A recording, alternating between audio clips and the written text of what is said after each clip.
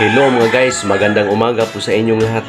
Samahan niyo ako magluto tayo ng mini pork chop gisado. Okay mga guys, nakahanda na tayo ng panggisa natin ya, tulad ng dinikdik na ahos, slice na bombay na pula, bitsin, buto ng paminta, dahon ng paminta at saka yung buto ng aswites. Aswites ang ginamit ko kasi mayroon akong tanim dito sa aming bahay. Inarbis ko na, kinuha ko ng ganyang buto. Pwede nang gamitin. Okay guys, punta naman tayo sa patatas. Hiniwa ko ng patatas, carrots at saka yung bell pepper. At ito naman mga guys, ang pork chop na lulutuin natin ngayon. Binili ko to sa merkado, buo pa ito. Pagdating dito sa bahay, hiniwa ko ng pahati. Hinati ko yung isang buo.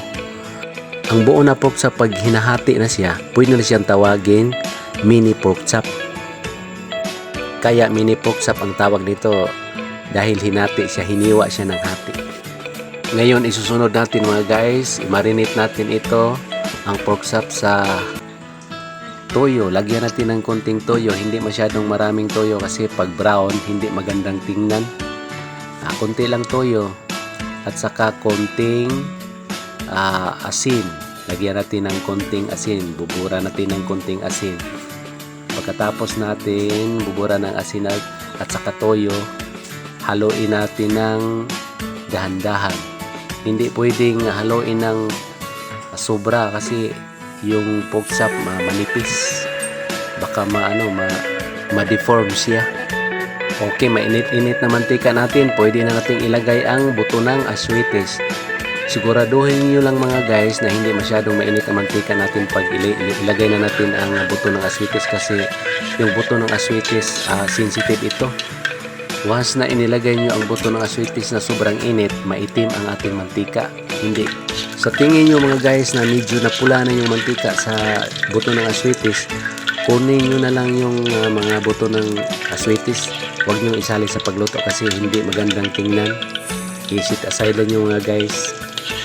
Okay, tulad dito kunin ko yung mga butong okay guys, pwede na nating ilagay ang dinikdik na ahos at saka yung hiniwa nating bombay na pula sa kawali kasi init ng mantika. Okay, idagdag natin ang dahon ng paminta. Okay, haluin natin ng maigi mga guys hanggang mag-golden brown ang bombay at saka yung ahos. Okay, ilagay na natin ang ating minarinate na pork chop sa kawali kasi pwede na ito.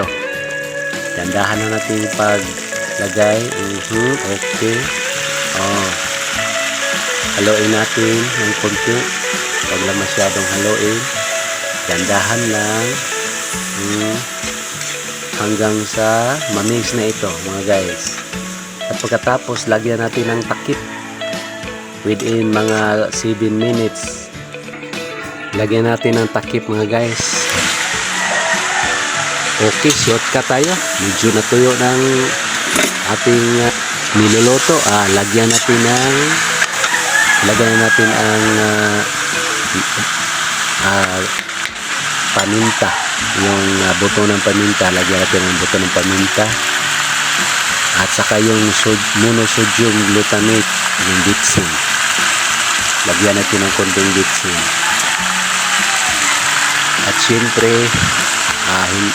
lagyan din natin ng magic sarap. Pampalasa, dagdag pampalasa yan, yung magic sarap. Tapos lagyan natin ng tubig. Konting tubig lang.